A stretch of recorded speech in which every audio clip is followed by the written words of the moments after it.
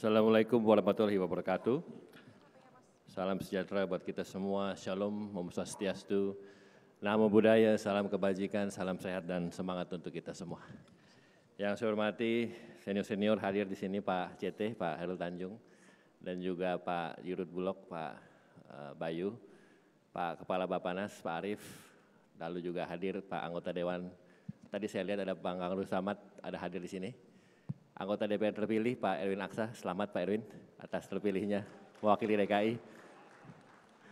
Dan juga Bapak Ibu sekalian, Pak Sesmenko, Pak Susi dan teman-teman, para pemangku kepentingan, stakeholders dan hadirin yang berbahagia.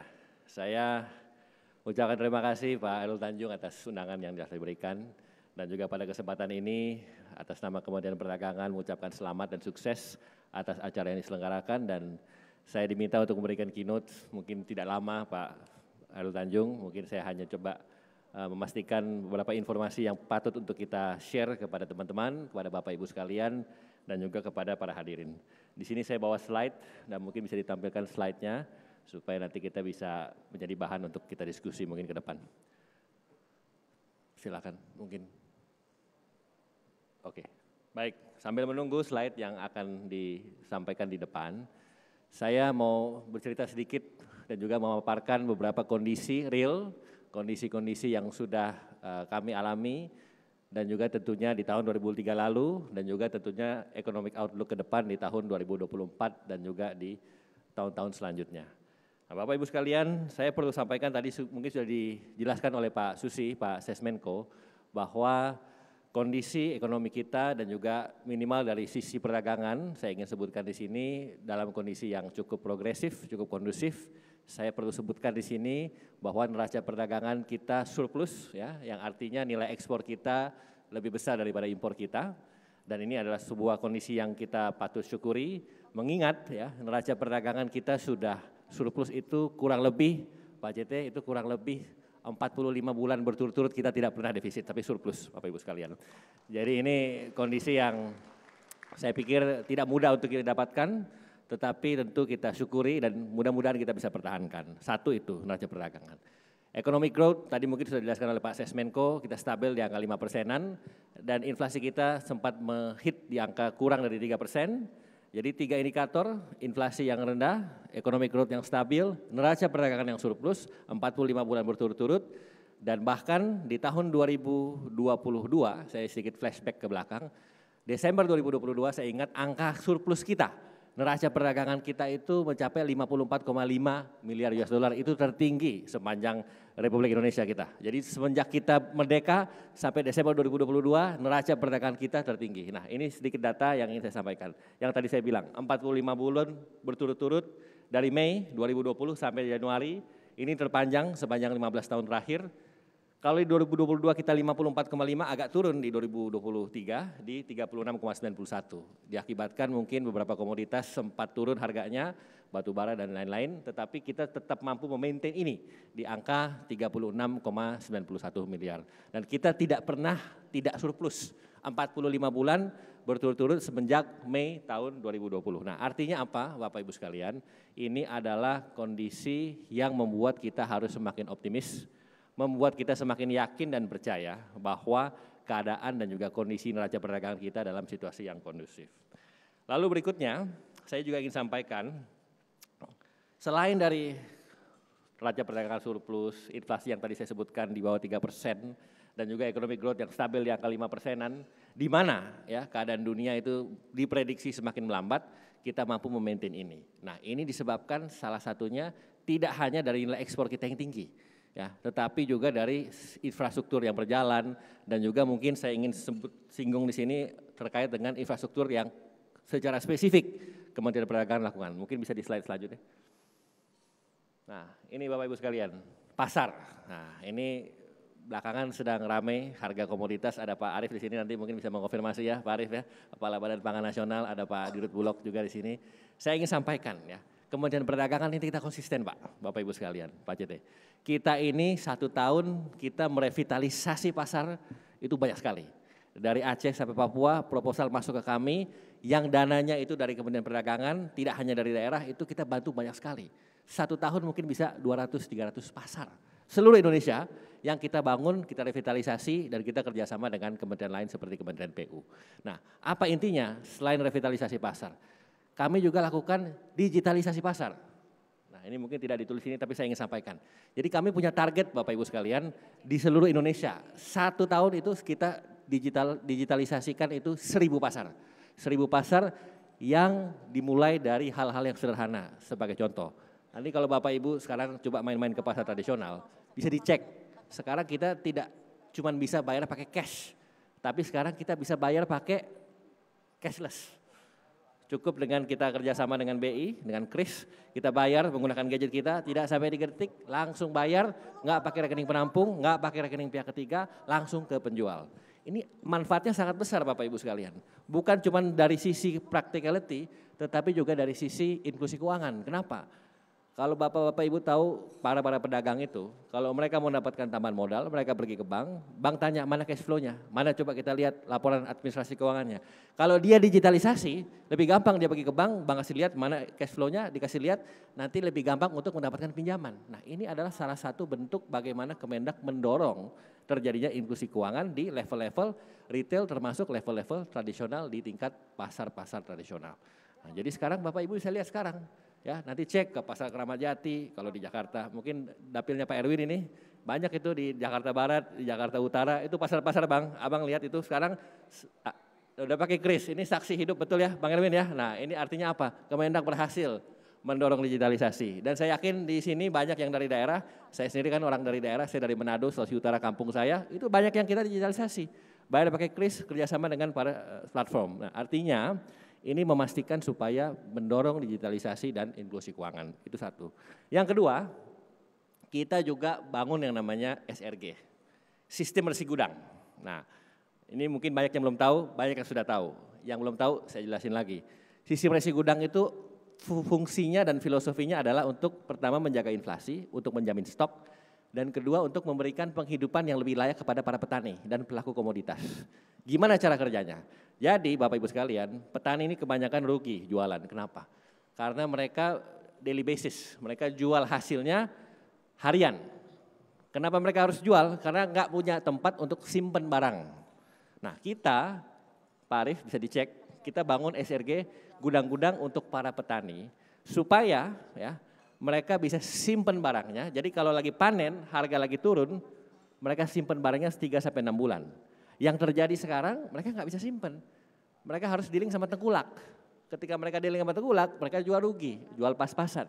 Nah kalau kita punya SRG, kita taruh tuh barang di gudang, tunggu sampai harga naik, harga bisa dijual. Dan satu lagi, keuntungan kedua adalah bisa diterbitkan resi, makanya namanya SRG. Resi itu artinya nanti gudang dapetin resi kasih ke bank, petani taruh ke bank, bisa dapat pinjaman tambahan modal. Nah ini semua fungsi yang sangat bagus, yang sangat dirasakan oleh para petani dan juga pelaku komoditas. Ini yang mungkin banyak yang belum tahu dan saya mendorong supaya kita semua tahu bahwa pelaku komoditas itu kita perhatikan dengan membangun sistem resi gudang tadi. Nah kita menggandeng tentunya BUMD, BUMDes, koperasi dan semuanya di daerah termasuk Pemda supaya mereka menyediakan fasilitas ini. Kami yang bangun, kami yang terbitkan resinya, kami yang memastikan ini terdistribusi di seluruh Indonesia. Dan per hari ini sudah ada 121 SRG yang Kemendak inisiasi dan kerjasama dengan daerah. Nah ini contoh bagaimana kita memastikan SRG, digitalisasi pasar, revitalisasi pasar, dan satu lagi UMKM Bapak Ibu sekalian. Nah ini juga penting. Kita sekarang ya mungkin banyak yang di sini ada orang-orang dari ini enggak apa e-commerce, enggak ada ya? Mungkin ada ya. Nah, ada orang dari TikTok nggak di sini? Nggak ada ya. Nah, kemarin sempat heboh itu, Bapak Ibu sekalian. Kenapa? Karena nggak bisa jualan. Nah, ini mungkin menjawab juga buat yang mungkin belum tahu atau mungkin sudah tahu tapi belum melihat secara utuh proporsional permasalahannya. Spirit kami adalah apa? Mendorong UMKM, melindungi UMKM satu. Kedua, menegakkan peraturan. Ini penting. Ya. Banyak mungkin yang kurang memahami bahwa yang namanya medsos nggak boleh jualan. Ya, ini penting nih. Media sosial nggak bisa jualan. Yang bisa jualan, yang bisa punya izin jualan. Siapa yang bisa punya izin jualan kalau kita samakan di marketplace, Tokopedia, Blibli, Shopee dan kawan-kawan yang lain. Nah, TikTok bisa jualan nggak? Nggak bisa, karena dia media sosial. saya yakin hampir semua di sini punya akun medsos. Saya pengen tahu, akun medsos yang Bapak Ibu punya bisa jualan nggak? Nggak bisa jualan. Kalaupun bisa jualan, dia tidak dalam satu platform. Nah, Permendak 31 tahun 2022-23 mengatakan, menjelaskan secara eksplisit bahwa yang namanya media sosial tidak boleh jualan. Kalau mau jualan, dia harus punya izin jualan. Sesimpel itu, sesederhana itu. Makanya sekarang udah ada akuisisi antara TikTok dengan Tokopedia. Untuk meminjam platformnya, silakan, nggak masalah. Tetapi diletakkan dalam sebuah kondisi yang proporsional dan comply dengan peraturan Menteri Perdagangan. Sesimpel itu, sesederhana itu. Jadi bukan ada faktor yang lain-lain, ini adalah penegakan peraturan yang berlaku sama fair and square dengan semua pelaku-pelaku platform yang ada di Indonesia. Ya. Nah, ini kaitannya apa dengan UMKM? Kita mendorong digitalisasi untuk para pelaku UMKM itu naik kelas. Ya. UMKM itu Bapak Ibu sekalian kontribusinya kepada PDB itu 65%. Jumlah UMKM seluruh Indonesia itu ada 65 juta. Kontribusi kepada ketenaga kerjaan itu 97%. Ya. Jadi UMKM itu pilar perdagangan. Nah, kita dorong supaya pilar perdagangan ini semakin terupgrade dengan mendorong digitalisasi. Jadi kita welcome UMKM jualan lewat platform digital, silakan, tidak masalah. Selama dia comply dengan peraturan. Sesimpel itu dan sesederhana itu. Nah, ini adalah bagian kiat dari kami gimana caranya kita meningkatkan untuk bangsa ekspor ke depan. Karena di Kemendak kami punya namanya PPJB, itu sama seperti Balai Pelatihan Ekspor. Jadi kami mengkurasi, memberikan pelatihan, pendampingan dan juga tentunya advokasi kepada para pelaku UMKM supaya mereka bisa naik kelas. Supaya ekspornya itu semakin banyak. Nasional kita oke, tetapi kita mencoba menembus pasar ekspor ke depan supaya ekspor-ekspor kita ke luar negeri makin banyak dengan produk-produk UMKM. Ya. Nah, saya senang ini artinya banyak mulai ada semacam pemikiran UMKM kita harus perlu diperhatikan dan saya yakin tidak cuma Kemendak tetapi juga kementerian dan juga instansi pemerintah yang lainnya. Baik, lalu karena waktu terbatas saya lanjut slide berikut. Nah, ini dia. Saya mungkin sedikit menjelaskan, ini angka-angka ini adalah angka-angka yang selama ini kami juga dapatkan tidak hanya dari kami tapi juga dari BPS, Badan Pusat Statistik, dan bisa dilihat di sini kawasan tujuan ekspansi ekspor non migas kita di mana saja. Dari mulai Asia Selatan, Timur Tengah dan seterusnya. Top 3 negara penyumbang surplus non migas, India, Amerika Serikat dan Filipina. Nah, saya ingin sampaikan sesuai dengan arahan Bapak Presiden, bagaimana kita memastikan ekspor kita adalah ekspor yang sudah melalui hilirisasi. Ini penting. Nilai tambah, added value yang jelas. Saya ingin memastikan bahwa ini kita lakukan. Jadi kalau bagi mereka-mereka yang masih belum memahami dan juga mengkritik hilirisasi, saya pikir mereka perlu kadang-kadang harus lihat ke site. Kadang-kadang harus melihat angka komersialnya seperti apa. Nah, saya mungkin tidak akan terlalu panjang lebar di sini, tapi saya akan sedikit men-touch soal bagaimana kita mengkapitalisasi perjanjian dagang. Nah, ini nggak ada di sini karena terlalu panjang, tapi saya coba singkat aja. Jadi Bapak Ibu sekalian, per hari ini ya, Kementerian Perdagangan, pemerintah sudah menyelesaikan total 37 perjanjian dagang di seluruh dunia. Di Asia ada, Australia ada, Amerika ada, Eropa ada, Afrika ada. 5 benua kita punya. 37 perjanjian dagang. Formnya banyak, mulai dari bentuk PTA, FTA sampai SEPA. SEPA itu singkatannya Comprehensive Economic Partnership Agreement. Nah, ini ada banyak sekali, saya nggak akan panjang lebar, saya coba sebutkan satu contoh saja. Australia SEPA, Indonesia. Nah, kita punya perjanjian dengan Australia. Apa manfaatnya? Banyak, tapi saya fokus satu. Manfaatnya adalah bea tarif masuk kita ke Australia itu kosong. Zero Bapak Ibu sekalian. Jadi Bapak Ibu, kalau Bapak adalah eksportir, Ibu-ibu adalah eksportir, mau ekspor barang ke Australia dari Indonesia, termasuk produk UMKM, hampir mencapai 6.900 sekian, hampir 7.000 produk, barang kita masuk Australia itu tarifnya kosong. Itu bisa efisiensi cost sampai 25%. Artinya apa? Mengencourage para eksportir kita untuk bisa ekspor barang-barangnya ke luar negeri termasuk Australia. Dan ini saya baru cerita satu soal Australia, Indonesia, SEPA. Belum perjanjian yang lain. Nah, ini semua adalah manfaat yang penting yang kita harus ketahui dan saya menyarankan pelaku-pelaku usaha khususnya eksportir manfaatkanlah hasil dari perjanjian dagang ini. Ya, ini semua sangat bermanfaat untuk tidak hanya menambah devisa, tetapi juga untuk memperlancar urusan-urusan mitra dagang kita dengan negara-negara sahabat. Ya. Nah, itu soal Australia SEPA. Lalu saya sedikit izin mungkin Pak CT boleh ya, waktunya soal kita punya perjanjian dagang dengan EFTA. Ya. EFTA itu adalah negara-negara Eropa, non-Uni Eropa.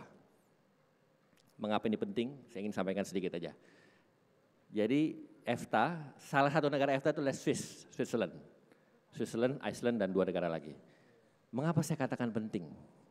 Karena begini, salah satu negara yang kritis terhadap produk sawit kita, itu salah satunya adalah Swiss. Ya.